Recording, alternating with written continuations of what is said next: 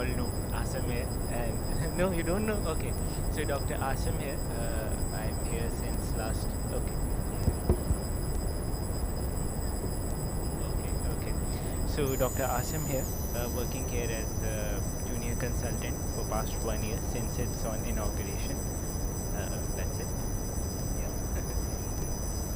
Okay. So I think it's very important because over past 1 year or so, I'm more into fluoro and pancreatobiliary procedures. I feel that there is a lot to improve in colonoscopy, especially. I think this will help me a lot to upskill those important areas that are needed. Especially this will be the first experience how to train, because we do the colon at times. In fact, most of the times it's subconscious. We don't know how to verbalize, how to tell anyone what to do, what manuals are needed to negotiate any difficult area. We do it subconsciously, but I think this would be a first experience, and I'm looking forward to it.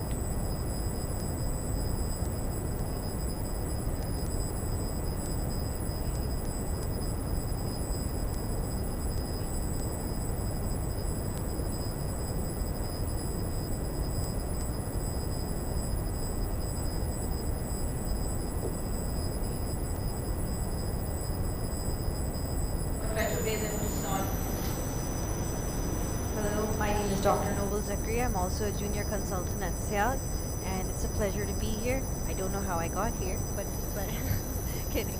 So I've been working in SIAG for the past 1 year, and this is also the place where I have learned a lot about colonoscopy over the course of this year, including in the last workshop.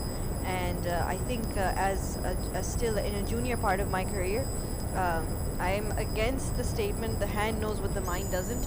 I do believe that we should be able to articulate everything that we know or we're trying to learn, and I think that is an important part of training as well. One is the learning part and one is the teaching part. So it's a continuous journey, and I'm glad that our institute does these workshops routinely. So thank you so much for having me. Dr. San.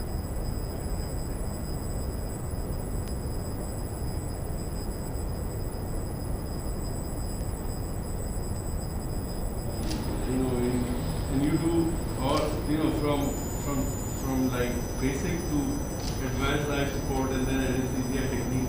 So it'd be nice if, while we are doing this, you can add something that you think needs to be of value, or maybe there's something you can take home, because with Professor Satya here and the team, I think we should also be working on getting all endoscopists trained properly for research, which is something that we miss out. As we obviously get involved in endoscopy and GI, we obviously miss out. But from time to time, not everybody is lucky to have a whole team like yours in their unit. I think this is something I was thinking, that we should be starting a resuscitation course for endoscopists, or whatever you want to name it. But basically, just all the training. It's a must. Yeah? It's a must, right? So often does it like 2 yearly for all the staff working there. They have these courses on workshop. We call it actually re-accreditation or BLS, and even sedation. So sometimes we are giving sedation. So each and every one of in a person in our staff should know how to give sedation. BLS should be made compulsory for them. So BLS you're supposed to do every 2 years, right? After everyone. After 1 year.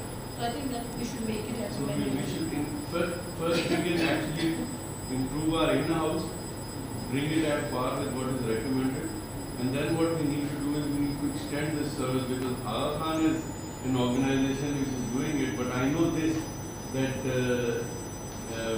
in most endoscopy units, once you start endoscopy, you've forgotten the rest. Thank you very much. Actually, the doctors working here are telling me that we should do a workshop for all the paramedics working in recovery area for resuscitation program. So I wanted to start it from beginning, from the paramedics, then for the doctors. And the main thing is sedation during procedures. I think this is very important. I am very afraid that they are doing this, but my heart rate going up and down with their sedation level. They are doing this, and they are shifting patient to the recovery, and the recovery persons are trained. I think they are trained and no mishaps are happening here. That is. Yes. Uh, yes.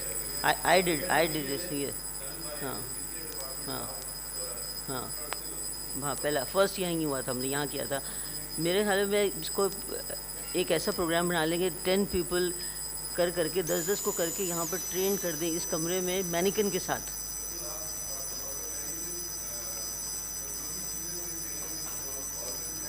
हाँ हाँ This is an opportunity. I thought after बैठें तो बैठें. I think this is something that we need to work on, and anesthesia department को we just give the whole charge so that you have that. ये लोग आपको बना रहे हैं, these people have done it. हाँ. These are, so this should be on. कहते हैं ना, we should have the इसका एक system हो जाए. बिल्कुल. Which actually prompts us कि जी इनकी ज़रूरत है, इनका करना है. And there should be a team which includes these people as well. है ना, ये भी ट्रेनर में आ जाएंगे. तो फिर सब training. Ji. So I thought you were sitting here, so we make.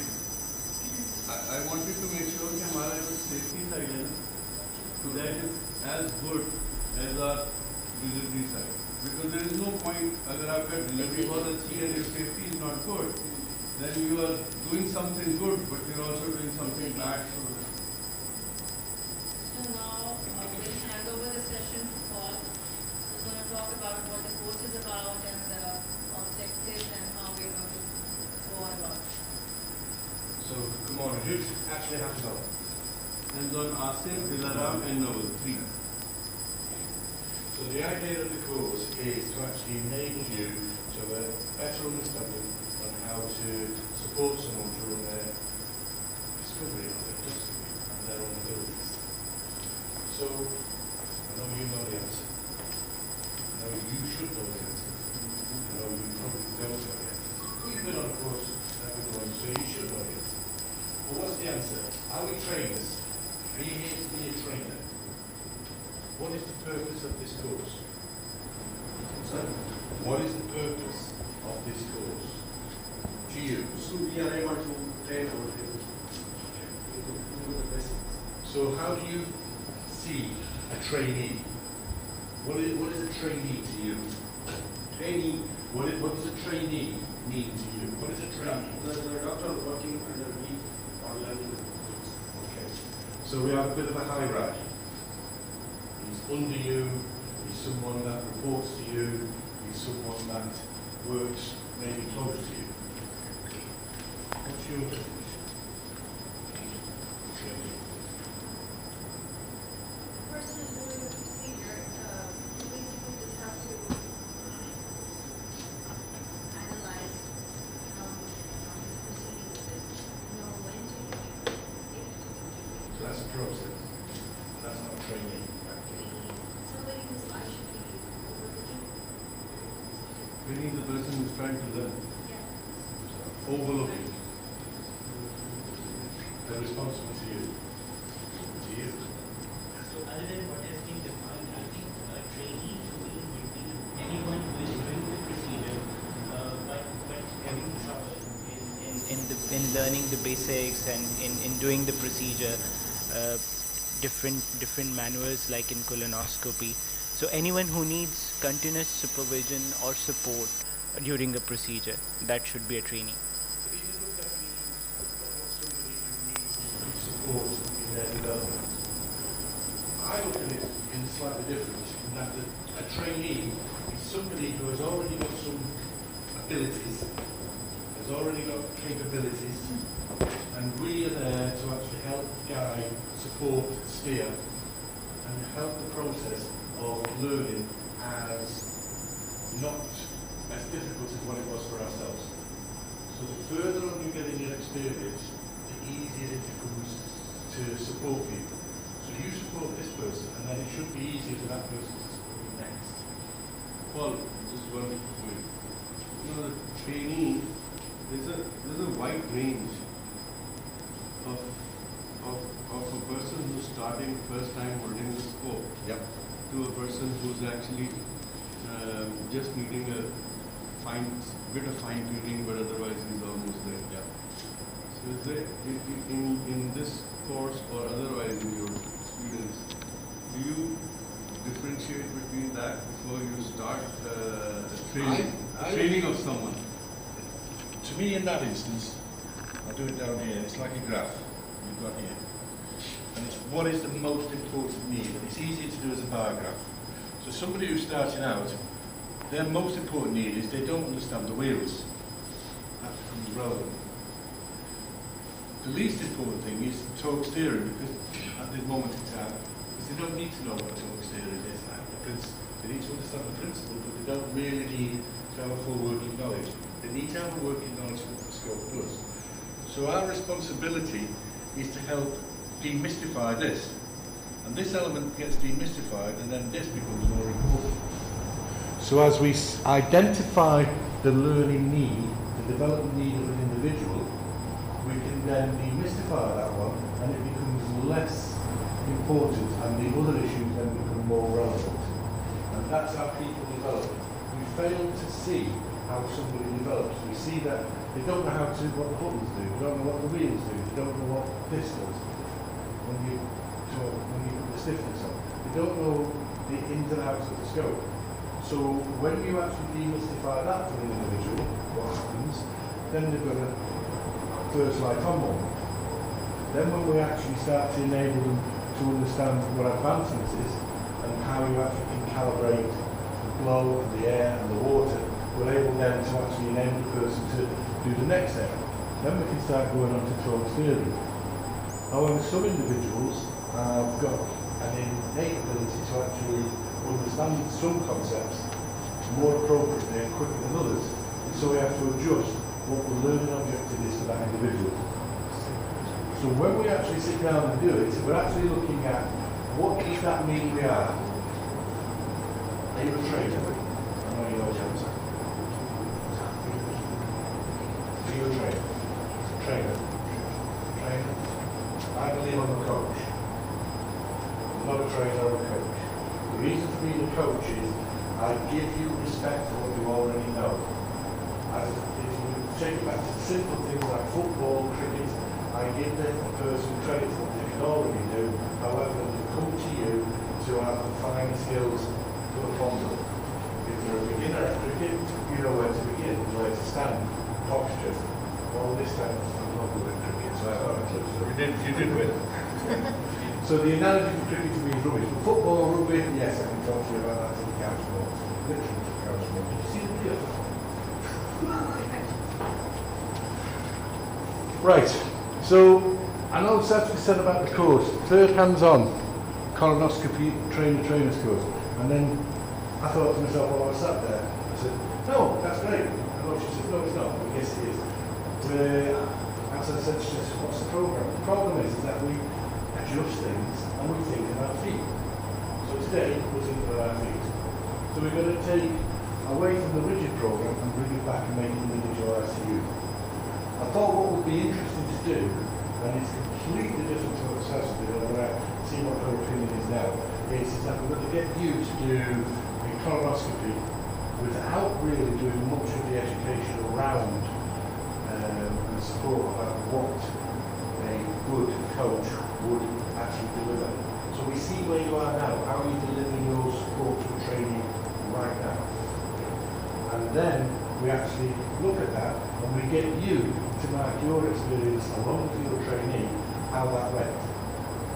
And then we see when we do the procedures tomorrow, after we've done some of the theoretical and some on the managing work, and then we see how you may have changed what you do tomorrow. Today's going to be a demo day about what we do. We're not demoing nothing, you're doing it.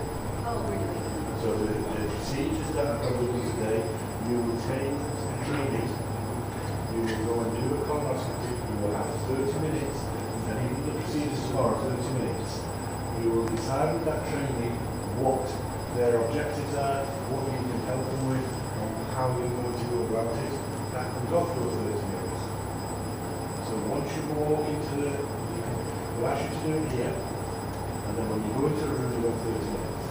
You have finished procedure by then on the faculty, so you say, right, time's up. That doesn't matter that you're not got procedure, doesn't matter if you're not finished, time's up, come out, and then you come back here with the training, and then we'll watch how you debrief. And you debrief as you would normally debrief. If you say nothing, say nothing. If you say something, say something. How does that feel? But like if the meeting gets stuck, are we supposed to complete the colonoscopy? You are the trainee nurse. You're going to do what you would normally do. So that is actually a point. So you, correct me if I'm wrong, so you will be actually doing a colonoscopy as you were training someone, right? Yeah, you've got a Somebody else trainee. will be doing it, you will be teaching, right? Right. And then you will come back and we'll evaluate what you did maybe right and what you need to improve or what was missing or something like that, so that you can pick up what is missing. Yes. And then just build up on that. Yeah. So But it's not, there should be no stress for that. You should just go and be yourself. You can yell at the trainers. You can yell at If you them. know, Did you shout You can yell at the training, but remember, we are also seeing and learning from you. that's a good point. I'm also learning, no? So I need to learn how to yell. So Saturday achieved this program was different. Yeah. So We were discussing and then Paul suggested that we should change this to this, and I said, this sounds good to me because it makes sense. You're all at a certain level. You've been training, you've been guiding.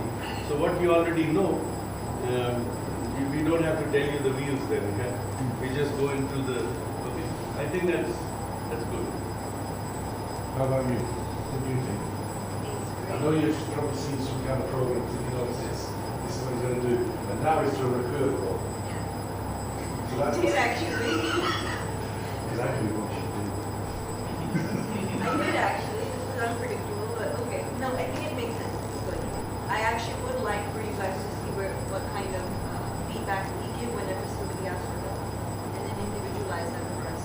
The most important thing is that what I've just done now, and we're throwing a curveball, this is what supporting a trainee is.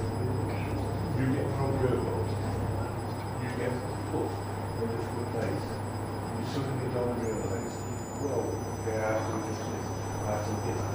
Because in the past year, every time anybody does a colonoscopy and they do call you in the room, you don't feel like you have that level, that skill to come and take over a procedure or help somebody else. But then sometimes it works out, sometimes it's not. I think just putting it in a plan is a better idea. Does it make sense? So let's go. No. Just what's your aim? Aim is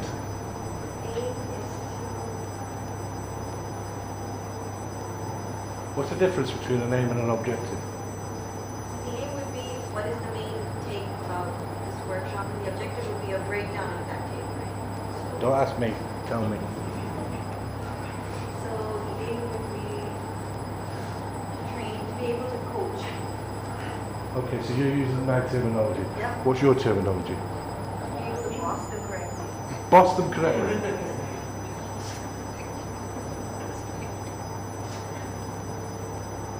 I think, to be very clear, when to intervene and how to help, that would be my boss. It's going on the record. Is that an objective? We know when to intervene. Yeah, that would be it. Well, that would be one of the objectives. When to intervene, when to advise, and what parameters to check in order for a safe procedure. to happen. 3, I know one. 65. The 3. So when to advise? Yeah.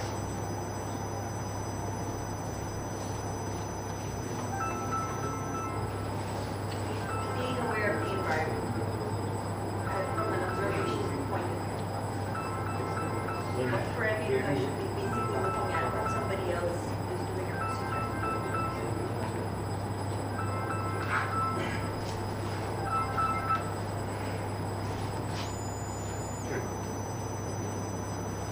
Asim, what do you think of this? I think my my aim should be. No, I'm asking your aim. I said, what do you think of this? What's your opinion? I should have recorded that. I would agree. Okay, that's enough. You agree? What do you think? Do you think it's right? You agree? Okay. Just because I ask the questions doesn't mean it's wrong. There's nothing right or wrong. There's just some different way of doing it.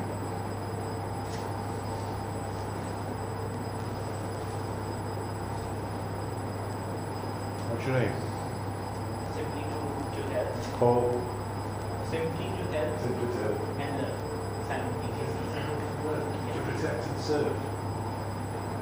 I see that on the side of the police car. Sorry. You helped me with these wonderful words and I got stuck with that. Simply to Help and learn. Help to help. objective one. Well, I think the most important objective here would be how to translate my skill to tell someone what to do. So translating Succinctly. skill to verbalize. Succinctly. Yeah. So you want to be able to transfer your skill to them.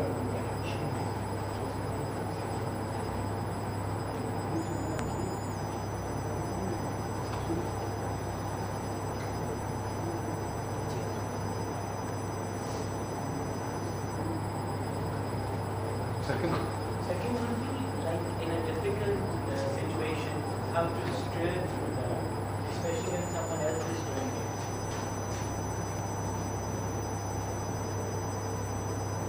What if I get stuck at the same time?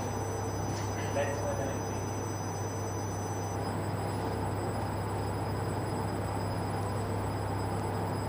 Is it when to or when and what to do? Okay. That's a bit of a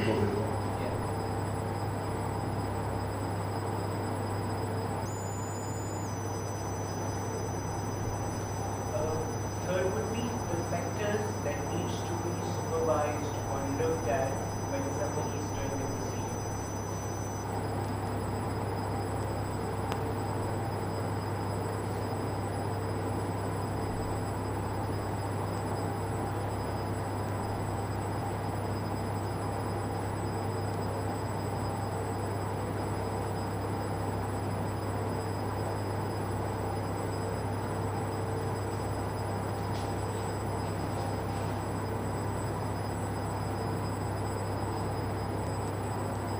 No, will you have a chance? What do you think of that? I do agree with him. He just has better phrasing than I do.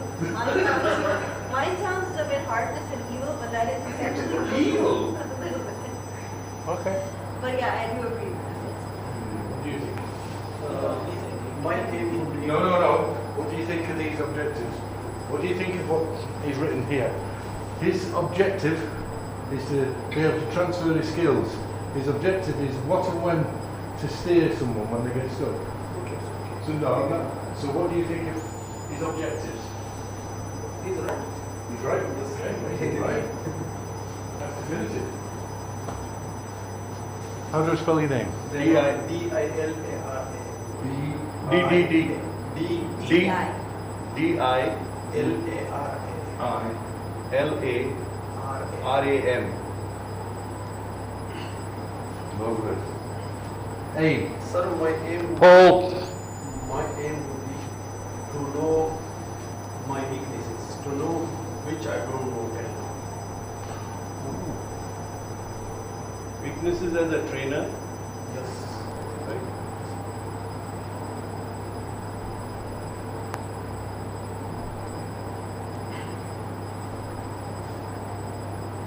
Very rare that one's ever said.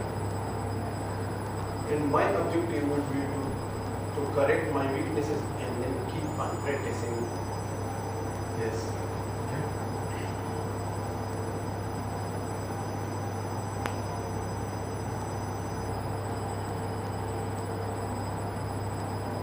You have a second one? Keep practicing, Keep practicing.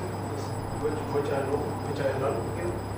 And third one would be to transfer my manage in the same way.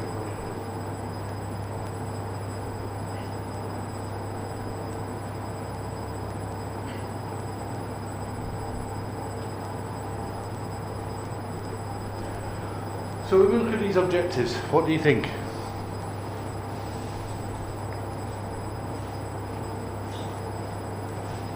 think they have one thing which is common is obviously transferring our skills, our learning experience to the person who we are training or coaching. That's the basic thing. So now if I put another word on here, what do you think of your objectives now you'll see this word?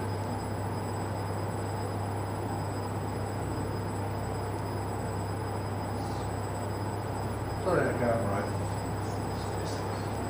What are your specific? Safety of the patient. Safety of the patient. How do you ensure safety of the patient? Oh, so how do you ensure the safety of the patient? Safety of the patient in general. The patients are very sick. Sometimes they are renal failure, liver failure, cardiac patient. So Safety of the patient is important. now this is a trainer exam. So you're saying multiple comorbidities. So if somebody had renal failure, how do we ensure they're safe? Is there any real need of colonoscopy or not? Okay. So it's a real need. So we'll stop at that point there. So how do I go about making sure that there's a real need to do the procedure?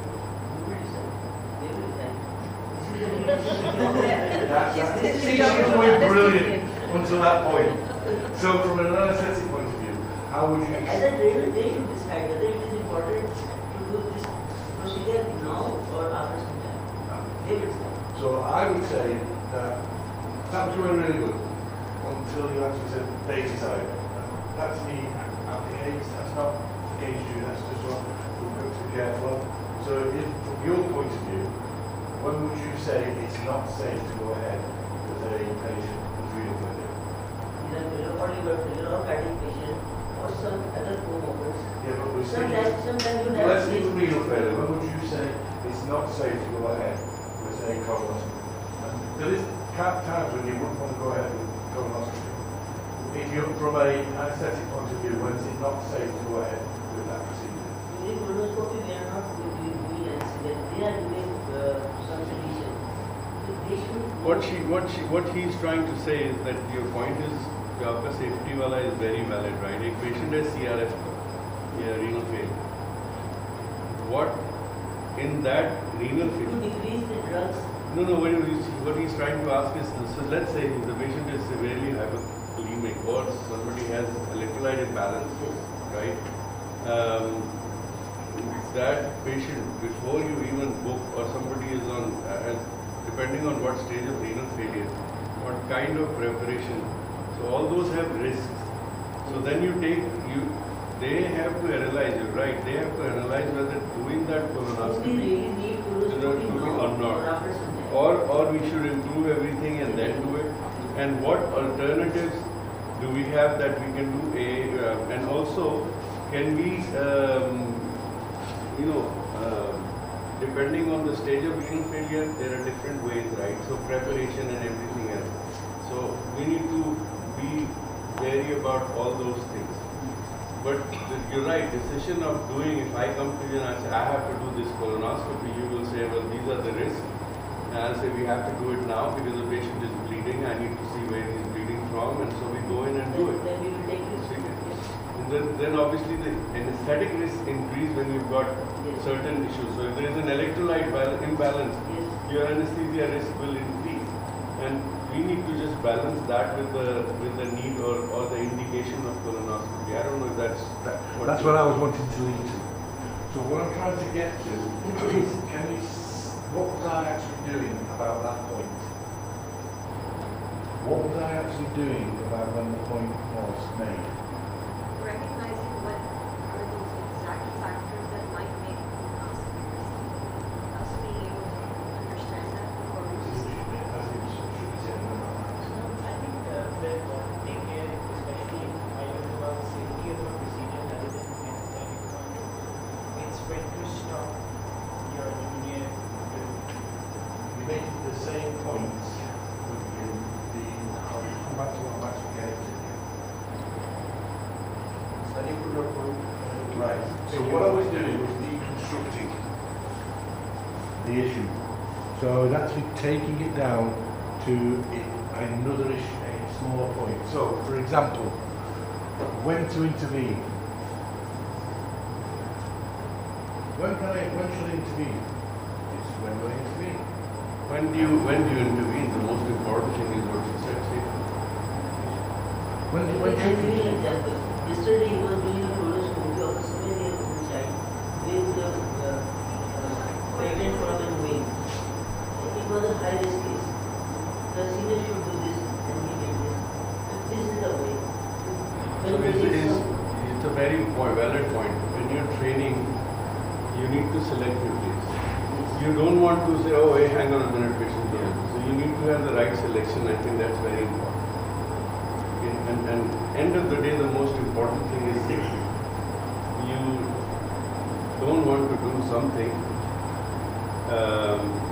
where you are actually risking the person, right? And the advantages are limited. So you need to.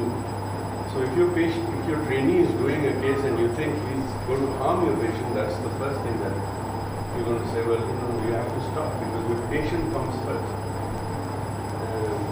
So safety. I was just trying to make a point here. So I think the first thing that should come is when you have a colonoscopy list, you should know what patients to train and when not to train. So the indications for doing the procedure should come at the top before anything else, even in training. To train, there were people with me who were desperate to do this child. Oh, I'm sorry, I don't have to stand my ground. I just made it known that I was going to be doing this test. I'm just not moving. So I'm going to be doing this test. I'm more than happy to describe what I'm doing and tell you what I'm doing. But this isn't the time for you to practice. This is not the occasion for you to learn. Doesn't go down well in the UK. They expect to get their hands on every scope, and then they get very snotty, and then they'll talk to their training supervisor, and they give you a ring and ask them to go away. I don't care about it. The fact is that the word is safety. So, when to intervene? She said safety. It's not Said safe. safety. So, is it safe for them to continue? What's the definition of safety? What makes you think things are becoming not safe? What could tell you that a situation is becoming not safe during colonoscopy? What are the red flag signs to do colonoscopy? Patient being uncomfortable. So, comfortable, definition of comfortable. Uncomfortable, so if the patient is moving uncomfortably or unmade. So I move, does that mean I'm uncomfortable? I'm moving around now, does that mean I'm uncomfortable? No, it's basically just realizing that the patient is learning how you Pain. So, I like to get away from the term pain. I like to use the word discomfort. Why do we use the word discomfort? Because you should be able to pick it up before the patient actually is in proper timing. Some word is kind of like picking up the signs. If I was to say to you, as I stand on your toe, you're going to feel some pain. You're going to feel some pain. If I said to you, you're going to feel a little bit of discomfort as I step on your toe, you may take it down a notch. But as my brilliant life-size carcass powers itself and presses that down a bit, your discomfort level increases. So what we're looking at is, when we're talking about safety, there are issues that we have to pick up first. So what are the things, what are the signs we're looking at? When to intervene? We're looking at discomfort. Patient hemodynamically stable. What is patient is not hemodynamically stable, what are you doing? We intervene only when the patient is stable. The patient is not stable, it's not safe. My point is that the procedure is going ahead. We're actually doing the procedure. The trainee has got the scope of the person's valve. The scope is already in place. When do you intervene? What are the signs that things are no longer safe for that person to proceed? So what would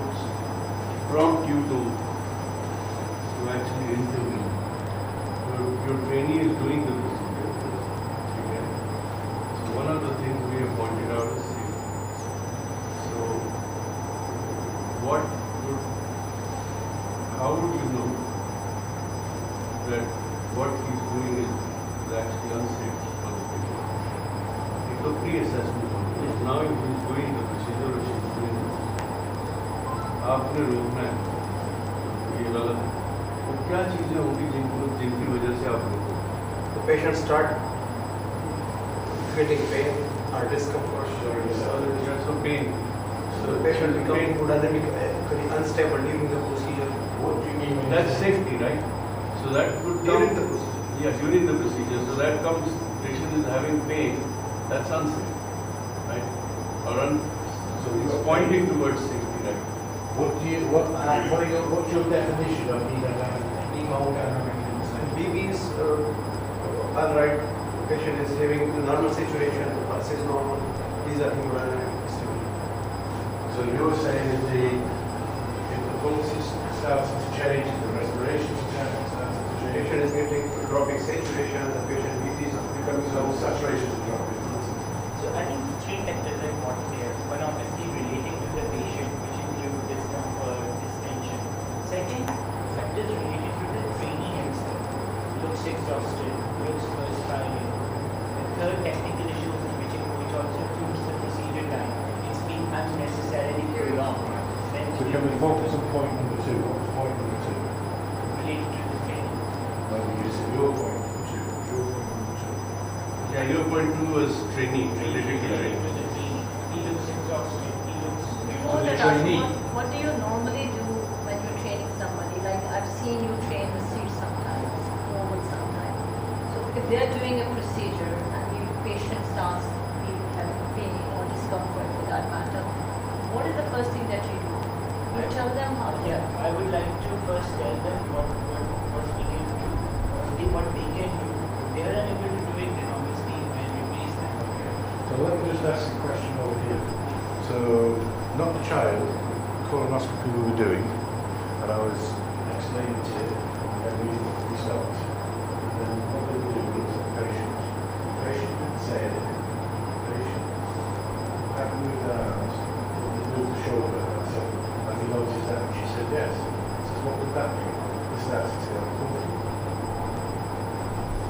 So, there's no change in the pulse, there's no change in the saturations, there's no change hemodynamically, they've not expressed any discomfort yet, they've not started sweating yet. No, I am, but they have.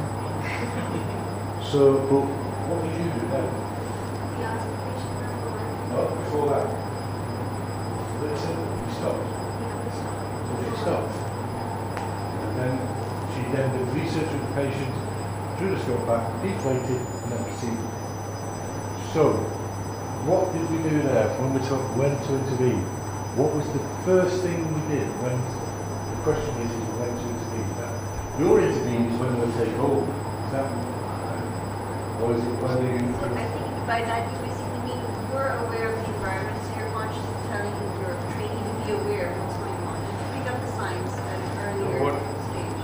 What I understand, what he's trying to imply here is that what is your first reaction when you sense something is not right? Reaction will be stopped. I think that's what he wanted to do. and she proceeded and was very successful indeed. So you, sorry Paul, Sorry. so you stop immediately, you ask him to stop, and the rules of the training are started beforehand. Paul describes them, he actually demonstrates them very nicely and explains them. And that is very important. When I say stop, you stop. And I think that's the most important part in terms of safety. The thing that I'm trying to highlight here is your objectives. And you've got now time between now and tomorrow to think about your objectives. Specific. So when to intervene? When to intervene is massive. So what you want to do is be able to understand the early sign that something is potentially not going to plan. So let's make it easier still. I want to be able to pick up non-verbal cues before any expression of discomfort expressed. Okay? Can we take it any further than that? I need to watch the patient throughout as well as watching the screen. I need to listen to what's going on. Can you see where it's going? So when you've got any of your objectives, they can be broken down even further. You can make this into like 15 points when to intervene. But what you have to do is break it down and see what the most important point is of when to intervene to you. Coming back, transference of skills. That's global. What skill? What practice? Is it? So if you ever said, I need them to be able to negotiate the signal. Right, so can we talk steer? Maybe not. Did he understand what the little wheel does? Maybe not. Did he understand what the big wheel does? Maybe not. What's the most important wheel to use at that particular point? What is the most commonly used tool to help us go forward when we're actually proceeding with colonoscopy? It's air. They put air in and they put a tube in. So you're breaking it back each step. So what do you teach someone to do first when you put the scope in? They gently put the scope in and you ask them to put air in. And that's the one you address first. Then they put the air in and then you ask them to slowly talk the scope. So now they have to have an understanding of the comprehension of what talk theory does. And they have to have talk the scope and you become specific. You say put your thumb on the scope and down the clock and you hold the scope tightly and then rotate it gently to 12 o'clock. And that then enables you to see where you're going. Stop the insufflation. So these are the things, when you look at it, transference of skills, you're looking on what aspect is the most important bit, so you're actually breaking it down. So tomorrow you need to be looking at, I'll ask you again, what do you actually mean by this objective? When to advise. When to advise. So you break it down even further. When is not necessarily the correct term, maybe, might be what to advise. When is it appropriate to advise? Correct my weaknesses. Right, that's you actually saying, I want to correct my weaknesses. So what you're actually saying is, I want to improve my insight and critique my skills. So what are the essential skills and qualities of being able to critique oneself? So what you need to do there is be able to break down and deconstruct what you're actually doing, what the individual's doing. You see whatever you're doing on the objectives? You're actually deconstructing. So when a trainee comes to you and says, I'm having difficulty doing this, you need to be able to deconstruct the issue that they're actually presenting you with, so you can put it in its basic format, so you can give them some structure to work with. Very like. See, it's important to know how to do what you're doing from being subconscious to actually conscious. So you know what you do to achieve or pass a difficult bend or whatever. Once you know that, then you can actually teach me what to do.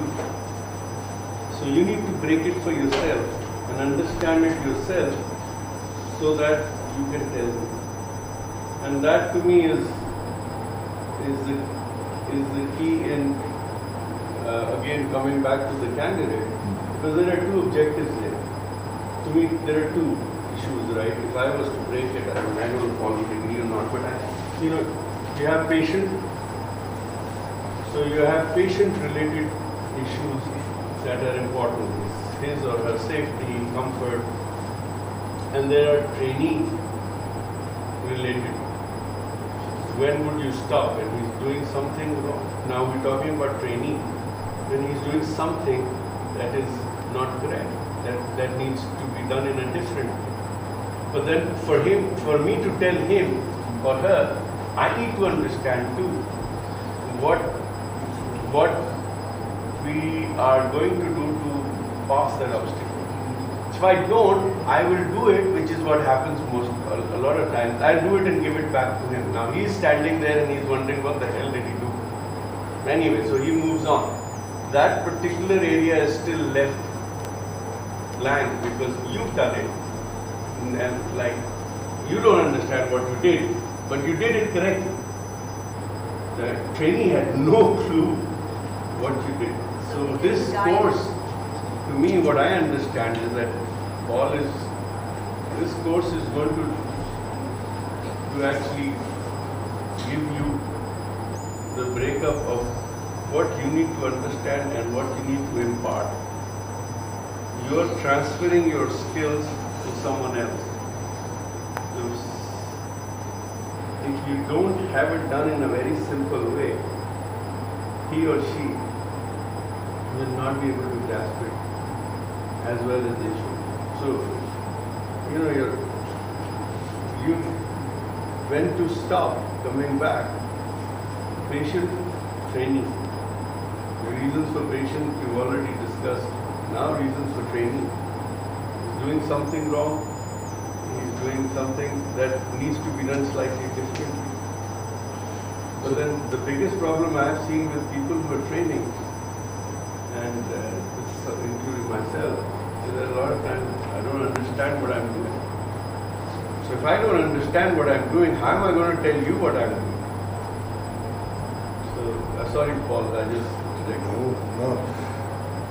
This jumps ahead, but we'll come back to it anyway. But while it's mentioned, I might as well mention it. It's called the 4 C's. Have you seen it before? You've seen it before. So you remember it from when? Last time we showed it, or you've seen it when you've been developing those skills as a doctor? Last, since my last year. I was going to enjoy it. I've been sick. Asim's being very quiet because he knows.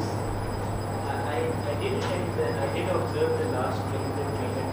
But that's the first time you saw it was on the bench. Okay, not a problem. So what we've got is a trainee, by definition, is unconsciously incompetent. And we use these terms, and you're thinking, incompetent? Yes, they're incompetent. They can't do it. They're unsafe. They are not capable of doing it. They're incompetent. So what would you call somebody who does something that is negligent? They're incompetent. So they're incompetent, and they don't know they're incompetent. That is, everybody starts at that point. They don't know they're incompetent, they just need to pick up this thing and they can do it. What happens is as they do numbers and they become more aware and understanding of what the wheels do, the air does, the scope can do, they become consciously incompetent. So conscious about what they're doing, but still not able to do the procedure. As they progress, numbers relating, but also if with good support, good coaching, the person then becomes able to, if you ask someone, now if I stand here, that's not them, she'll actually turn around and she'll say, I'm drawing a big wheel back, I'm applying a little bit of top. If I asked her to. Now we used to ask people to do that from the trainee point of view, but I actually found that was actually a lot for a trainee to do. Why? The important thing is first to know where the trainee is standing. No, I'm asking you, why would I think it's a burden on a trainee to tell you, I'm now pulling the big wheel back, I'm now applying clockwise torque, I'm now advancing the scope. Why is that a burden? Because obviously the trainee is at a stage of unconscious We've now moved on to conscious competence, but they're stuck on this line here. But why is it a burden to ask a trainee to say, right, tell me what's happening, I'm now pulling the big wheel back, I'm now applying clockwise torque, I'm now advancing, I'm now sucking down, I'm now stopping, I'm going to draw back the stove, I'm going to the... Why is that a burden? Why is that a burden to a trainee? Let's take it one step earlier than that. I then scrapped that technique and I decided that the best way to do it is say, stop. What are you going to do to get past this point? And they'll tell me, well, I think if I actually go forward, apply 10 degrees apart. How do I know 10 degrees? Well, put my thumb at 12 and move to 10 past 12. Great, so being specific, being specific. I then advance the scope and I'll slowly pull the big wheel back and I might need to put some insufflation in and I'll keep going as long as I can see blue the direction of the scope is multiple or as best as it can be. So then I say, right, fine, crack off. Then the individual applies that task. So what is the difference between the two techniques for the burden to the trainee? So basically you're not interrupting them during the procedure. They can focus on the actual procedure. As a trainee, you want to be a lot more conscious, you're a lot more stressed maybe. But if you stop them and only specific times, that how would you negotiate ahead at this point? Then they can actually take a break and actually consciously try to think about what their needs are. So if I now bring you back to your specific objective, you can now think about what a specific objective would be to help you advise an individual. Because now you're thinking that if I give them this, so you're not flooding the individual. This is the big thing about when you supported somebody. If I stand on your shoulder and I can talk a cat round the scope, if the cat go down the scope. If you give a monkey a pen and as much infinite pens and infinite pencils, it will rewrite the entire work at some time of Shakespeare. It will do. It's inevitable, it can do. It's infinite amount of time, infinite amount of pens, infinite amount of paper. It'll rewrite Shakespeare. However, we haven't got that time, but we're doing what we do. What we need to do is give an individual time, space. You'll find that when you get trainees early on, you're closer, you give them more verbal support. And then you back off and you give them less verbal support, but steering, and you're able to control the individual by asking them to stop, pause, what are you doing now? What's the importance of doing that? What's the importance of asking your trainee to stop, pause, and ask them what they're doing? What's the importance of doing that? To stop. So let me make it easy. So what he's trying to ask you is that आपने trainee को अपने कहा कि stop, pause, and इससे what has happened? What have you done to the trainee? क्या फायदा होगा? There is safe to stop, the patient will become safe, the patient is safe. The Forget about patient. The trainee will know about what he does. The trainee will know about the specific case. So when you ask them to stop, and now he's paused, how will he know? That this is the trainee will teach. So, reflect what was he doing and what he needs to do differently or what is happening to stop. Because sometimes you are not able to connect while you're doing the procedure, what you are doing and what is happening because the trainee is not at that level, right? So that stopping them should make him stop and think about the situation at that time and what he could do, what he was doing previously and what he could do differently to get over. so let me add, when you're doing cases, generally, a lot of times you're just doing it right.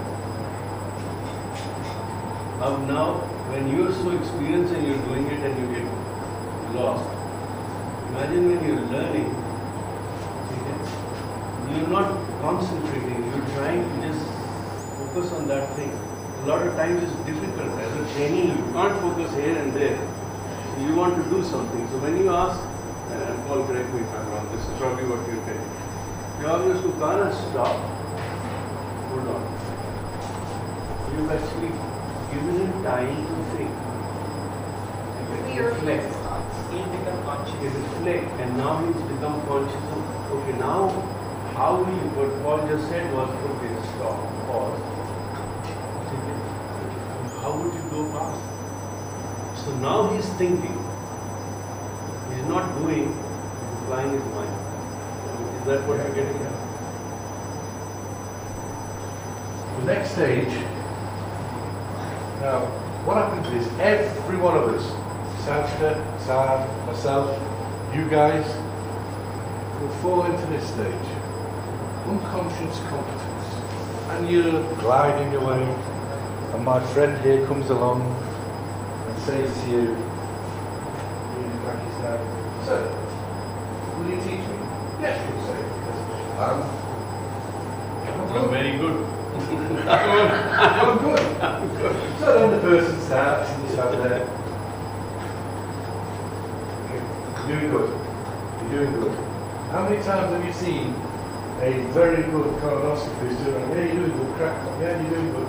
Yeah, if I was you, I'd think about going over to that direction. If I was you, right, now you need to go there. Now, no, now you need, no, now, then it starts to raise the voice, started to lose what? One, patience, control, trust. Becomes disengagement. And now can't do anything because, hold on, I'm going to get shouted at. So what you've got to do is stop that situation before it arises. So somebody who is unconsciously competent isn't good. They're good in their own practice, but if somebody wants to be somebody who teaches somebody and supports someone, you need to know what you're doing, how you're doing it, when you're doing it, and what is the purpose of what you're doing. You need to know what is happening when you do X, because it will have a result elsewhere. You need to have an understanding of what is happening within the bowel. You need to have an understanding that this tension here is causing this. And now if I draw back, I now know and have an understanding that applying clockwise torque, the tip is not moving, I've got a lot of pressure, I know that there's an apex somewhere in the bowel that's pushing against me. Doesn't mean it's a loop, it just means that I'm pushing against me. I now take it off, and now know it's not. I now continue to draw back, the tip is staying still. So I now know that suggests a loop. But it doesn't necessarily mean a loop. What it means is that the scope's not going forward, and that you've got somewhere that the scope is doing this, not going completely around. So you need to have an understanding of what is happening. Keep continuing to apply the torque as it comes back, and then the scope slides forward. Muster with a loop, and you look like a guru. Because all of a sudden things are happening and working for you. Just because you can break things down, just because we break things down into the minutiae of what they need to be. I've deliberately sent you, I couldn't send them you, sorry, right, deliberately sent you some photos today. What were those? I said, now she's thinking. Now here comes the fact. Paul, sorry to interrupt. No, thank you very much. Or would you want black coffee? No, I think. Thank you. I deliberately sent you photos today. I sent some SAD as well. I sent some SAD as well. What was the purpose of those photos? Not to show off. Did you say that?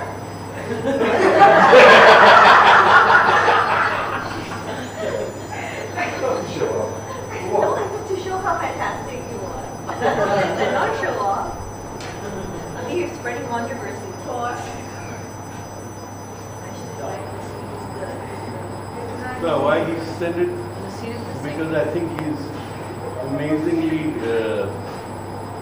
what is the word? Multi-talented. That's the word. Multi-talented. He can build a whole house. And the plumbing is The plumbing, the electrical circuit, the roof, the floor, the paint, the plaster. And like my tangent said, when you said you said 50,000, you must be a god of endoscopy. And he had bikes. I know, no, he has got tractors, he's also got that braking thing and all that things that I don't even know the names of. So he's multi-talented, like I am multi-talented, because I managed to get Paul here. So why did I send you those photos? Did somebody say show off? Sure, yeah, she did. She did. Oh no, I said to show how I said to show how fantastic you are. No, Making a statement that's showing now. off. That's showing off. So the reason why I said them is because when you... Because he said that, that's what I wanted to say too. So I was hoping somebody would say I that. didn't say that, Well, but that was just a show. Sorry. you're fantastic. But the most important reason that I showed it is that if I was to show you a building, let's come back to this. So this person is nearly a complete building, nearly a complete, not independent fully yet, so nearly complete. The roof is just going on down. Right? So when we look at it like that, what is the most important thing when we've got a building? What is the most important part of any structure? Foundation.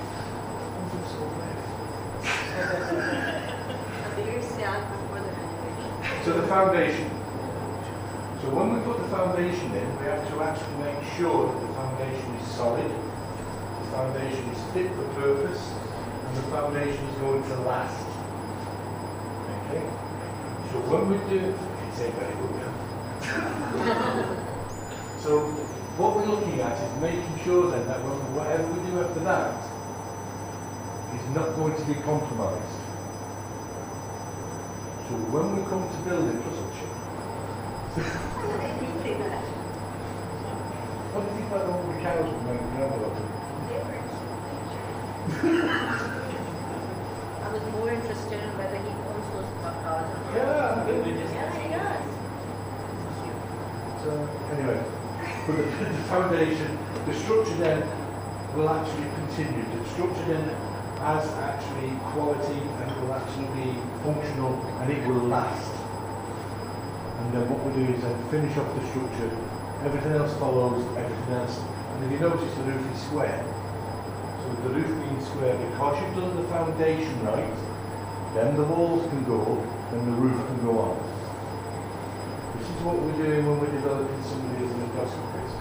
We're making sure, right at the beginning, that we're going to put in the correct foundation. But it's how we put in that foundation to enable the trainee to engage. So what have we done this morning so far? How, if I was to say to you, reflect on this exercise we've done, because we're going to pause in a moment, and tell me what have we done this morning that has made this exercise possibly memorable to you? Knowing about the basic things of colonoscopy is a training. So you're saying this morning's exercise is about focusing on the basic things Is a training. The basic concept of training and how to coach. To be able to communicate with the trainee without intimidating them, understand how it's going. So we did the tipping point we led over the Yes. I'm looking for something specific. Foundation. It's like that. What's she doing? She's reflecting, Looking thinking about aloof. it. What's she doing? Physically, what's she doing?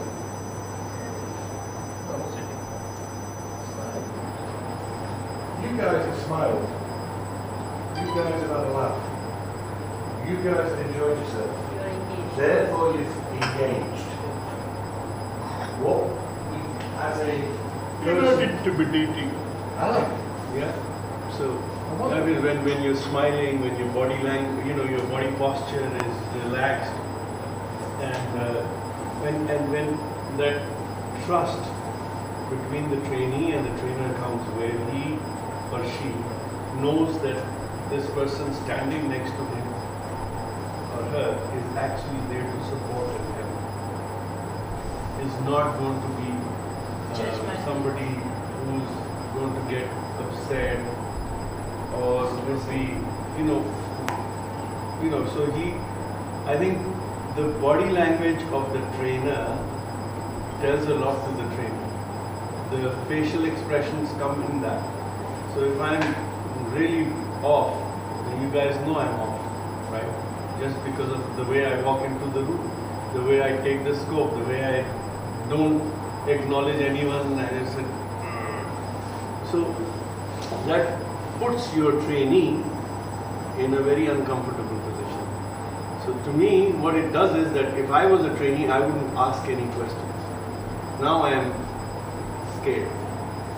So if I stop asking questions, I stop learning.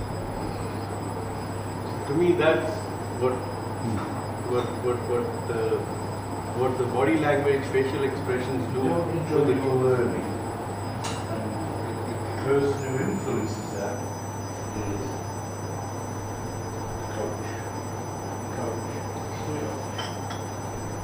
Well, so just share one anecdote. I had two trainers. One was very good in teaching and explaining, and he gave me a task when I was doing ERC. You get 1 minute to candidate. Leave the scope. The other one, Sir, I think you've done enough. Okay, you go ahead, do it. Call me, I'm in my office if you need me. Those are the two. I always got the second one. I always had the second one. You always had the second one? Yeah. You know Back at the golf course. the one, who do you think I learned more from? No. No, the first one. Challenge The first one was challenging me. I used to hate him. And I used to sometimes give the scope to him in 30 seconds. I said, it's not happening. Sorry, I can't do it. But eventually he got me where he wanted me to be. He was intimidating a little bit, but then he was there to observe what I was doing wrong, to correct me where I needed to be corrected. It was great for me eventually because in your initial stages you don't want a trainer like that who goes to his office and sits, right?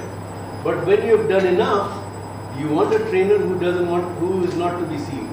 So then you want to carry on doing as much as you can, and you want to rely on yourself. So I was fortunate that I had two absolutely opposite, bosses. And initially, I thought the latter one was better, who would go into the office.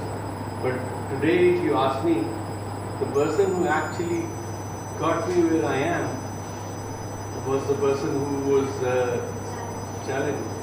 Don't you think it depends on it can vary from person to person, trainee to trainee, and the level they are Yes, at. true. So I think for a trainer, they should identify what technique to use at different stages of So we were trained when there was no concept of training.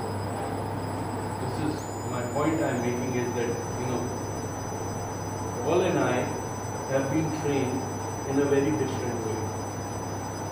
So we had to learn a lot ourselves. I would, so all that was done, fortunately, by people like him and his colleagues, has been, it has been actually put into a system which helps the trainees now. Makes life easy for people who are learning.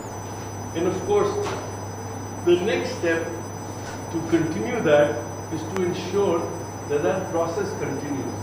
That a trainee then becomes, eventually becomes a conscious, competent person to be able to deliver this. So what all is doing today, somebody else can stand here and continue doing it, maybe even in a better way.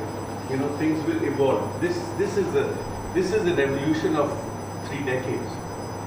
What you are seeing here. It wasn't there in UK or anywhere in the world in the 80s, 90s. Okay? This is early 2000, people started realizing that, look, this is not the way to do it. So it's very good. And I think, this has helped me a lot. All these courses, train the trainer or hands-on. You think the trainees learn. I've probably learned the most. There's so many things that Paul saying. This is what I do. Okay. Yeah, he's right. This is what we do. So it's, this is why it's very important to keep yourself connected. to any kind of training. When you're training, one of the things that has not come out here, I'm sorry, it's not the trainee that improves. It's you who improve more than the trainee. This is, and my belief is, this is from the Creator. That's why He rewards you. Because when you're training, you are learning as much, if not more than the trainee. No, I agree. If I was to say to you, like Sarah was saying, that right at the beginning there was no formal, like my original consultant, he would go off to his office, which was a good 5 minute walk. If you wanted him, I know what he'd do. Ring, say his name, ring Barry, different Barry. He'd come, walk in, he'd be chuntering, he'd have bits in his moustache, drink, orange candle, drink teas. And he'd be doing his notes. Yeah, he'd be doing something. What does he want? Okay. So you can't do it. So you want me to do it? Yeah. So then he'd take over and he'd finish with the test. If he could. Because don't forget, we're talking way back then, that the completion rates were a lot less, and the people weren't as successful as they were. So then you get to a point where you think, well, I was successful as in, but I need to get better. Well, how did I actually first start? I'll tell you how I started. You know, I knew I wanted to scope, and I was identified as the next person, and I was going to be on the list of scope. So I was there, I stood there, I was watching the first. He said, do you want to have the scope? No, I'll get this. He turned out holding the scope. And I went to another part of the room, on a different day, watching different people's scope. And then, you know, like you've got cupboards around some of the walls, I actually stood on the cupboards looking down at the person's scope because they didn't have cameras in the rooms, watching what they're doing. What they don't tell you to do, you could see that some of them, even on their own scopes, were starting to do things with the scope. I was wondering why. And I'd hold the scope, not with the patient, I'd be doing this. So it took me 2-3 months before somebody said, are you going to hold the scope or not? She said, yeah. And I was successful. So in the first 10, I actually got 4 of them round, even with the old scopes. And I put that down to the fact, and you're not going to get that now with a trainee. A trainee will want to come in, want to hold scope and do this.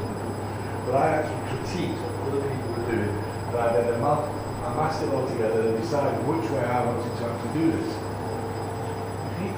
He once said to me, and I always remember it, he gets great pleasure from watching other people do what they do. Watching what they do, critiquing what they do in his own life, and deciding, I know Sasha's the same. If you look at what other people do, if you look at how they do it, see, oh yeah, that works. I've been thinking that just little subtleties that people do, and you can actually notice it. And that's the important thing when you're actually wanting to learn and advance. And these are the things that you need to pass on to individuals. So before we start getting ready for your first practical sessions, we're going to see if we can get some people. We're looking at this, objective and based on observational behaviours. What do you think we're talking about? What is So this should be, these are basically the objectives of the trainer. Yes. So observational behaviors such as the ones that you had stated, like just being aware of the environment, the ergonomics of the trainee, patient, how comfortable the patient is, overall the So what are the behaviours we could be talking about? You're saying all of those, but each of them could be covered in one word. So we've covered a lot of them. Discomfort, environment, the trainee's posture, yeah. ergonomics of that. What I'm trying to get you to do is break it down, make it simple. Break it down, make it simple. What happens if the trainee doesn't look very comfortable? We focus so much on the patient, we focus so much on the environment. What happens if the trainee, what are the type of behaviours we'd expect from a trainee that is finding things okay? That is finding it's okay. You'd be able to perceive the What about demeanour? What about his face? He'll be getting a bit better about So, right, so we've already covered the fact that if I I talk too much, I'm a full impatient person, so they may not be talking. Is that a bad thing? Yeah. Yeah. If he's not talking much, So she's talking, and she's focusing very hard on something. He's inside, he's focusing, and he's doing something. What would happen if he's focusing on something very hard, and he's doing this, you say, excuse me, sir, did you see the cricket last night? obviously that's distracting. That's distracting. Right. So I'm on about now for the trainee. What behaviours would you expect to see and observe given to you from the trainee? That one, they're happy, or one, they're happy, two, they're unhappy, three, feeling uncertain. So if they're happy, they'll basically just look relaxed. They'll be able to do their procedure. Once you find that they're struggling, just ask them if they want to explain what's going on. They'll actually ask you questions if they feel at any point. That will prove Somebody who's happy relaxed. is comfortable, somebody who's happy in the shoulders, that's probably going to be. Yeah, body language will be a lot more relaxed. So with You've got to start getting away from saying how you feel. You've actually got to open your eyes and take on board the practice. The body language displayed to you from the trainee is one of your first cues that something may not be going well. Their elbow may come up, their hand may be stiff, they may be thinking that. I mean, obviously, the factors should be solved by exam therapy, means them, obviously, it will affect his learning and the training. But what you're looking at this trainee in the room and you're telling me that this trainee is unhappy. What's telling you that the trainee is unhappy?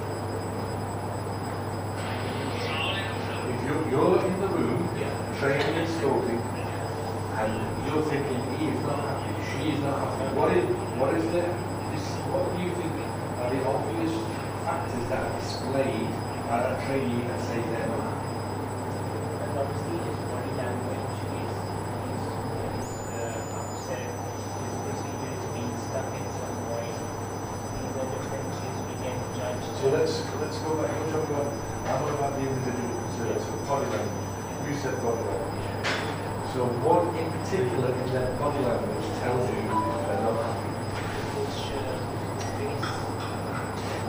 Well, the face may be contorted. What else could you do? keep striking the stroke. You do. Yeah. Needs to Posture. uncertain. So it's just same time, so if even if it's just helpless. So say so the trainee being unsafe, you think the trainee being unsafe, what do you notice? What is the thing that tells you if this trainee is not being safe? I'm always at work here. So you're saying the movements are big, rapid. So the movements that become rapid, so that then is progressing into they're not happy, movements become rapid, therefore they're progressing to being unsafe.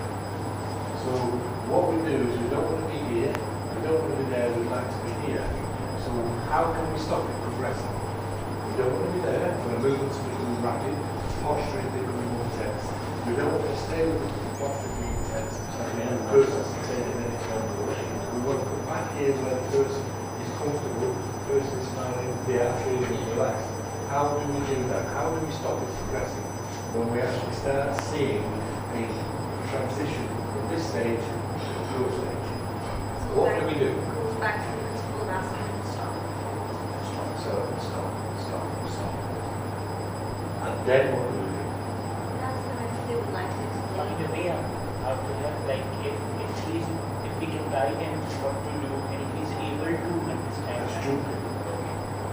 That's what to stop. Maybe we can ask them to explain what's going on.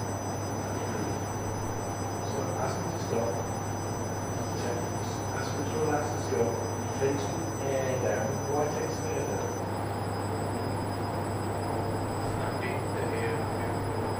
Yeah, ask them to stop. Ask them to relax and go down. Take some air down. Why take the air down? Usually when you're you end up pressing on the air. most of the time the trainees putting a lot of their time. What it is, when you have a stop moment, you then put the scope down, leave the air in, the patient remains in discomfort. Take the air down, relaxes the patient. Then you show the concern to the patient as well. Then you can actually then say, right, let's have a look at what's going on. What do you do next? Ask them where. So you explore with the trainee what the potential issue is. So we go back to this objective-based observational behaviours. It's a big term for saying what? It's a big term over for saying what? We're saying what? Oh, just objective based on observable behaviors. Basically, you're just checking body language, checking how, being aware of. We've already said that we've stopped the patient. Yeah. We've stopped the training, sorry. We've got to why have we done that? We're anticipating that We're behavior. going to actually clarify with the trainee. And Like we've the observed inside. their behaviour. It's objective based because we can actually say the reason why I've done this is the trainee afterwards will say you stopped me. And we'll read and you have to understand this does happen. Trainees say when you stop me. Now we're going to and then after that point no, we're finding it difficult because this is what was happening. You actually So have what to I give think- supportive. You have to give feedback reasons. and it has to be objective, not subjective. So that's what you're doing. You stop with the trainee, you then give us, that is not the right time to be doing it. The trainee wants to discuss that point, then when I would say, when you take over, I'll take over, Charlie. Now when I take over, this is just as a side note, I'll say, would you like me to demonstrate? It's the easiest way of doing it in the UK. I'll say, and I always make it clear right at the beginning, would you like me to demonstrate me to give them the scope? If you don't give them the scope, it'll be the last time you spoke with me. Because if I say, would you like me to demonstrate, that enables, because the patient knows that the person doing it is developing their skills. I never use the word training to a patient. So this person has already got a good understanding of what we're doing. They're developing their skills. I'm here to help them and support them. You will hear me talk from down from time to time. And that's just because, I've done a lot of these procedures and I can look slightly different to you. That then gets you out of a lot of issues. Because the patient then sits there and goes, okay, this person's learning, this person's learning. It could be a slightly different way of doing things. That's how I get around it. Just one question. Whatever we have discussed so far now, especially this point, I think as a trainer, the first important thing is to understand the situation, right? The thing is, it's very hard. Seth will tell you this, it's very hard. You need to understand the situation. You need to have insight into your own abilities. I would always say to a trainee, and there's nothing more than a trainee shouldn't get themselves in a position you can't get them out of. What I mean by that is if you say stop and they can't go any further, you take the scope, doesn't mean take the scope back 50 centimetres, 30 centimetres. If that trainee has run themselves down a blind alley, you've allowed that. That's your fault. That's not the trainee's fault. You've allowed that. If the trainee got somewhere where they can no longer progress and you can't progress any further, that's your fault. How is the trainee then supposed to develop a skill if you cannot get them out of something that you've told them into? A very important point that you just raised that I've never thought about before is that we should have objective reasons for intervening, whether that's by saying stop and giving advice, or saying stop and maybe even taking over in some cases. Because I was looking at no, and that's a very interesting because as a trainee in any procedure that I do, if a consultant or a supervisor comes and says, let me take over, usually in the back of my mind, I would like to know what I did wrong, which is the reason that there must be a reason they took over. Sometimes I don't get that feedback, sometimes I don't ask. But actually, as a trainer, I should be aware that if I'm interrupting a procedure, I should be able to tell them later on if they ask. That just wasn't No, they shouldn't have to ask.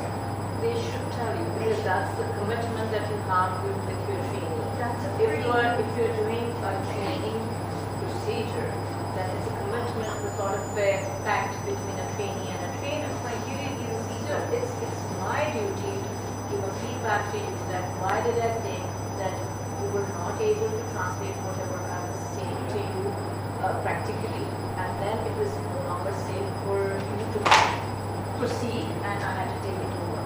So that's my responsibility, my pact with you that I have to tell you that. And if I don't do that, so that means I'm not doing my job properly as a trainer. I've given the trainee ownership at the moment. I have a big fear, especially I want to improve that skill in this workshop. What if I'm unable to identify the problem my trainee is having? What to do then? Right, so what did we do when we went back to this, went to intervene? Yeah. What did I do? We looked at it and said, what do you mean by intervening? What did I say to you when I showed you the pictures, even though, seriously, about putting the foundation in? We have to deconstruct the building, we have to make sure we know what goes in where, when, how. I can tell you what newtons per metre is in that foundation, I can tell you the reasons why. That's because you have to have an understanding of what we're doing. Now you're saying, how do we get that understanding? I'm saying to you, deconstructing. So if a person cannot negotiate a particular flexure or bend, you've got to think of, right, you've got a patient in their left lateral. You've got a trainee, and he cannot maintain the torque necessary at his clockwise torque. You tell them to apply, put their thumb at 6 o'clock, hold the scope, and hold between the fingers, and slowly rotate the scope till it comes to 12 o'clock, and then bring his hand across here to support the scope. But it keeps failing. We can't do it. What else can we do? Change of posture. Why? Because sometimes this helps the scope to negotiate the difficult Why? areas of balance. What happens when you change the What position why are you in? would that happen? You said that it was not able to get across a bed. So why would changing the position then change the situation? Is it related to the position of the scope or what it is? When you have changed the position of the patient, right? Or what change? Yeah.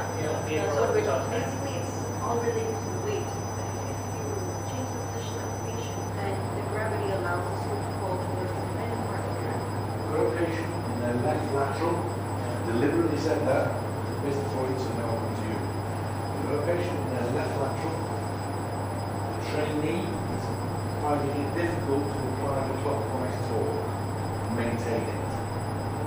What is your next step to support that trainee? What do you say to the trainee?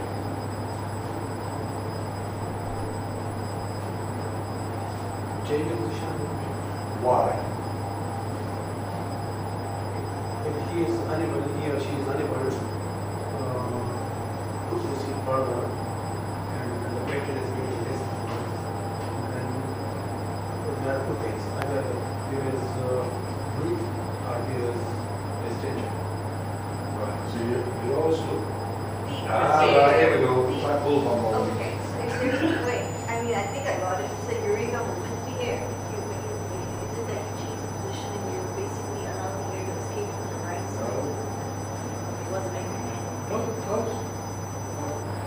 ACR. Okay, so... No. Right, patients, the reason for using the word left lateral, and then it's at 3 o'clock. Patients roll onto their back, where does it do? 12 o'clock. Right. What is the maximum angulation ability for the scope then? If I would actually got my scope and I drew the wheel back, what is the angulation? 187, 167 to 187, depending on how old the scope is. So that then increases your angulation. If the person can't maintain the toe, putting the patient on the back, puts that then at 180, at 12 o'clock, then you can actually leave that. The other bits, that's the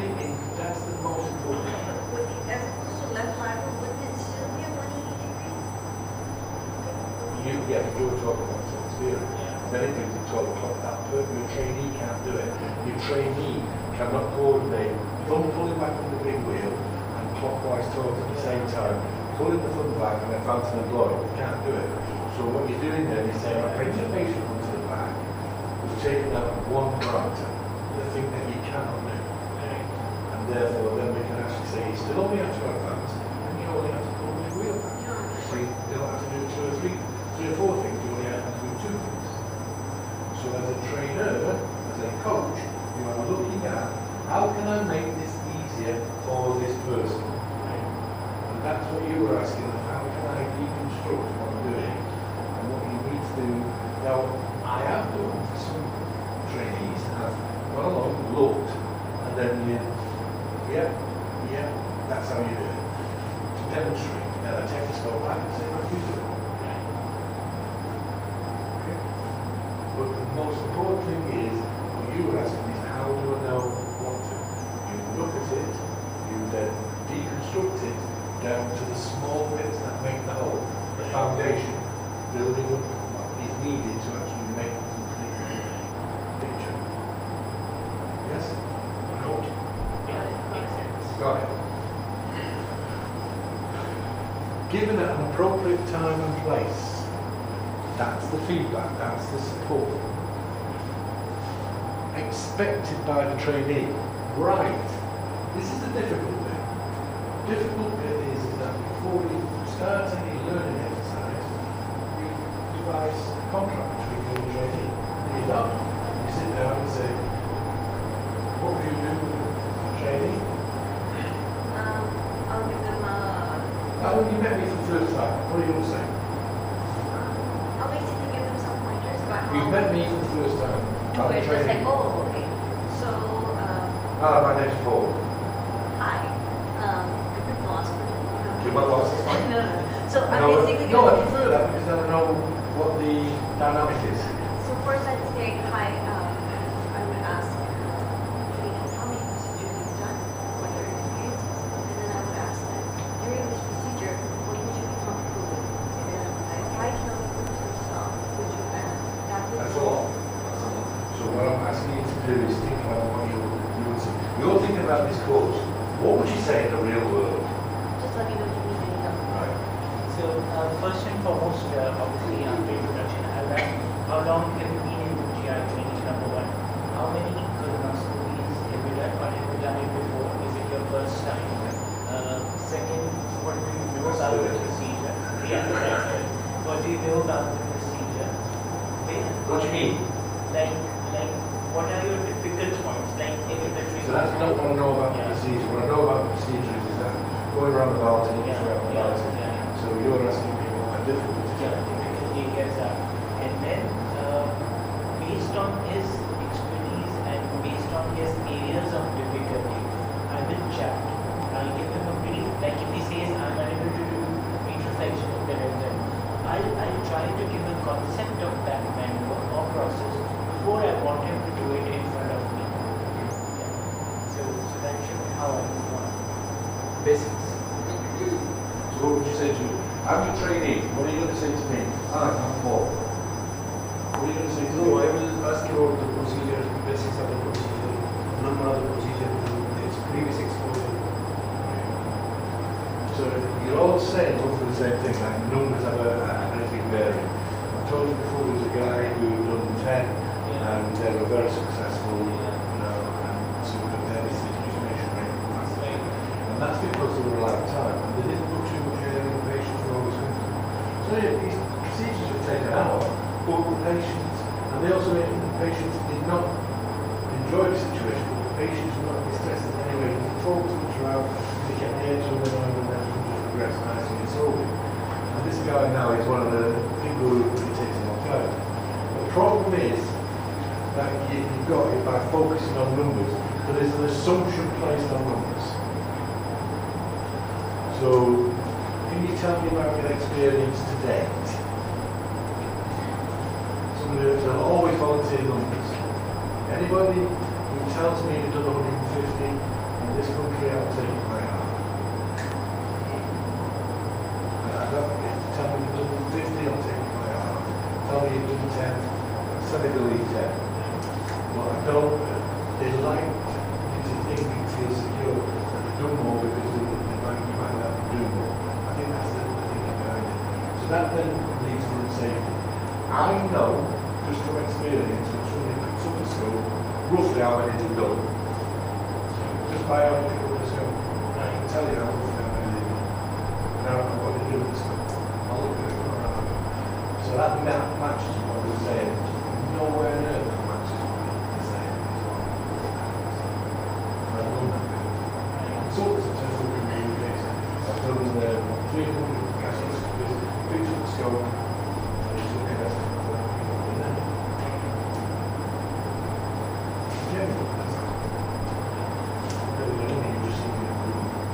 So in doing that, you're right in asking what the next thing I'm asking is not the experience today. What is it that you find that you need the most support with? What type of support do you think you need? What is it you would like me to do? What do you think this is doing to the candidate trainee? Keeping it open-ended so they get to dictate how they will be comfortable with your support. So, yes, being receptive as a trainer so that he has no fear, he is open to ask you for help. What do you think that type of question that I just gave? What is it you expect from me? What is it you're finding difficult to do? And also one thing to add, this will make him conscious about his area of weakness. Right. That's the most important. That's really tuned into it, isn't it? So what you're doing is giving him or her ownership of this learning exercise. Should this learning exercise therefore fall a little apart, you then have to actually ask yourself or ask them to tell you, what is it I could have done to make your experience better? That I could have helped you improve also.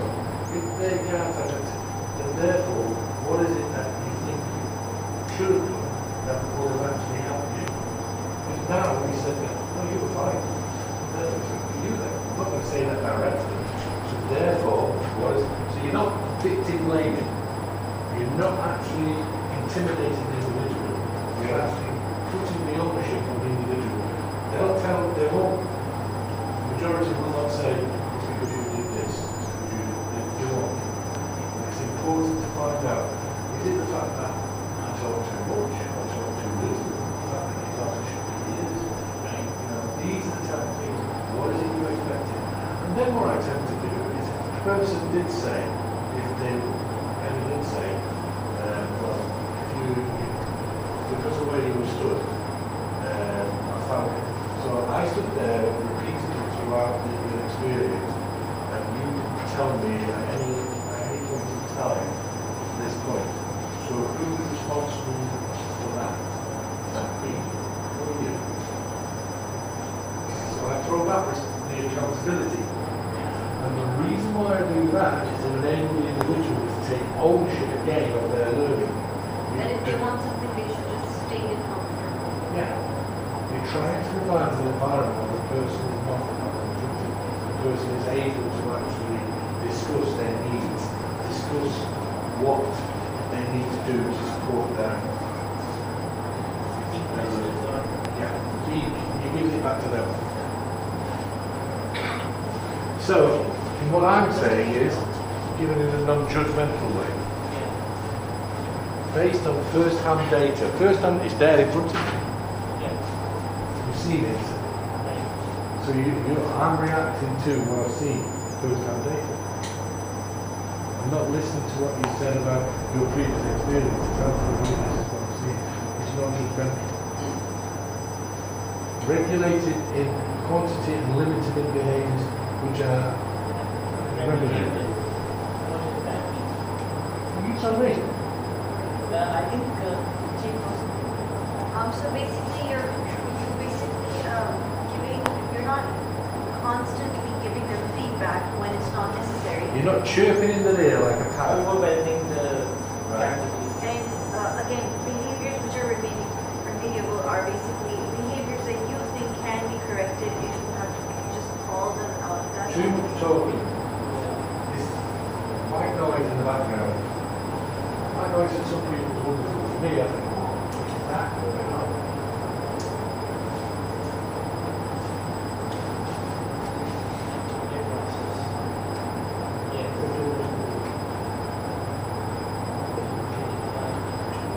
So have I said anything? So you've seen how I do things on the course. These experiences on the course, I always, at the end of any experience with a trainee, how do you think that went? The feedback. We'll come into that. It's got a special name. Right? And you might not like it, but it's called the shit sandwich. Okay? Usual.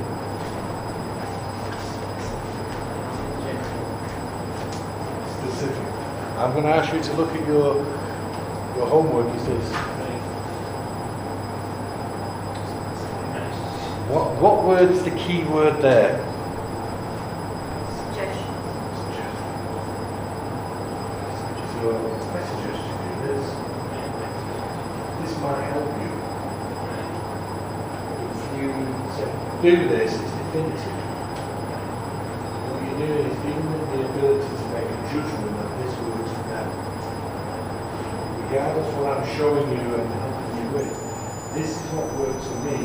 This is what I've seen you doing. This is what may help you. If you think about this, this may be a better way for you at this moment in time. You happy with that? Right, what I'm not going to do is tell you any more about any of the theoretical side. I'm going to see if we've got any cases ready for you to go out. Yeah, that's great. So, running order. The idea will be is that you are a trainee. Trainee has given us, you are our trainee, brilliant. So we're a trainee. Trainee. You are not going to be a parish, you're not going to be exposed in any way whatsoever, so don't feel that you're being put on stage. Please come and sit down here. Can you tell us something about yourself? You have to be loud. Dr. Umar. I am a university trainee at Patel Hospital, GM. And I've been doing colonoscopies for the last 1.5 years to 2 years, averaging 7 to 8 colonoscopies per month. And I think I've got quite some experience. They're your trainers. And still I have got some deficiencies. There are ups and downs. Some weeks are good, some are bad. Like 2 months ago, I was very proficient, but maybe in the last few weeks I have noticed that more often I was stuck and sick white. So sometimes there are good days, sometimes it's bad, and the major problem is with the loops. So I'd like to know how to identify what type of a loop I'm stuck with and how to deal with it, and that's what I would like to improve. Okay. Happy? Right. So running order. I think just so you can get back into it, we'll ask one of these, you be in the middle, and one of these guys who are already able to do the next procedure. You'll have 30 minutes when you go into the room. One of us will be with you. After the 30 minutes, you've got to choose one of us will complete the test. You can go on. What's going to happen is in a few moments, we'll actually to have a rest break. I need to go, and then you need to relax whoever is up first. That's what we suggest to. And then try to look here. And what will happen is you're going to push the button and do what you would do for any procedure. Then after that, the 3 procedures that are done, we've got an idea of where you see yourself. After your procedure, after the 30 minutes, the may continue the faculty to actually continue the patient. You'll actually be the trainee. You'll sit here and you'll debrief the trainee, regardless of the fact that you haven't done the form of closure. We want to see how you feedback to the trainee.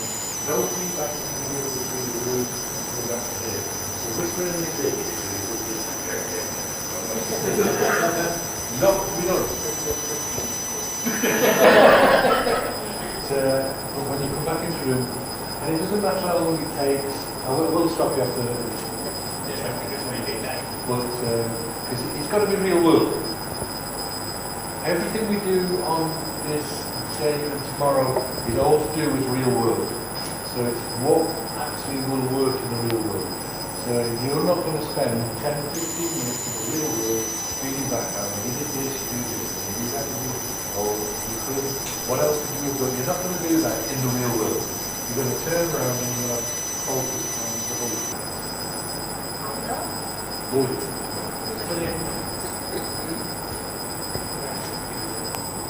I don't know why. Tap the feet like I actually have stage fright. Right. The other thing is, both of you will be mic'd up. They'll have a mic, you'll have a mic. And also, which you didn't know, one of us will be in the room with you. One of us will be back here, and we're not in the last course. We'll be talking, but we won't be on the mic, and then you'll hear us saying, Joseph should be doing this now. Just for ground rules, we're not supposed to be speaking to people in the room, right? We're just supposed to have... You two are talking. The trainee, Not with the faculty member who's in there with you, whoever it is, if they feel that they need to interject them, but this one is one of, this is a baseline one, we're trying something new. We want to see what you do in your normal practice, whereas we give you some understanding of the concept of what the course is about. But when we go in that room, this is what you would probably normally do.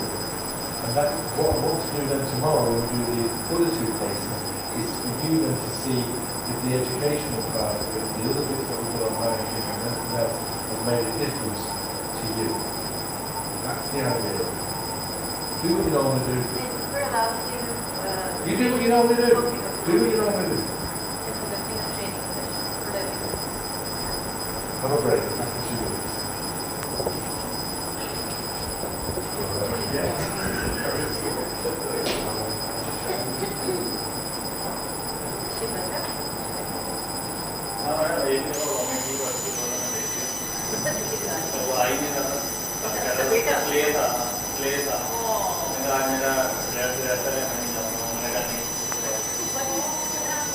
Compromise कराया हम 1 घंटे में ले जाते हैं अगर सही रहा हम Because he wanted to be there. तो अभी वो लेके जा रहे हैं 5 मिनट How? 7 मैंने मेहनत किया है सही बात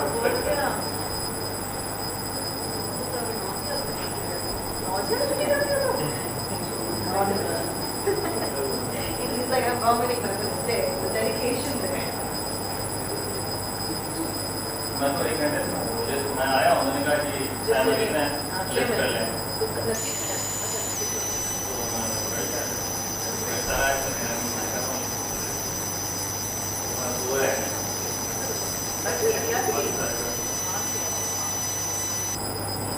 दरवाजा तो वो तो अंदर तुमको फ्रीजर बना दिया है ये वाला एक ही बंद है।